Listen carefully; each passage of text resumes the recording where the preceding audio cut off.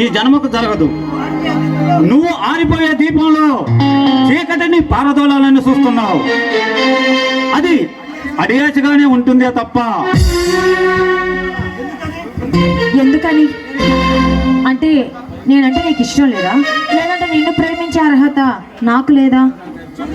చూడు గీత, నువ్వు అనుకున్నట్టు నేను మంచి మనిషిని కాను, దుర్మార్గుణ్ణి. ఏంటి నువ్వు అబద్ధం చెప్తున్నావు? చూడు గీత, అనుకున్న వాళ్ళని పోగొట్టుకొని అనాథగా బ్రతుకుతున్నా. ఎందుకో తెలుసా?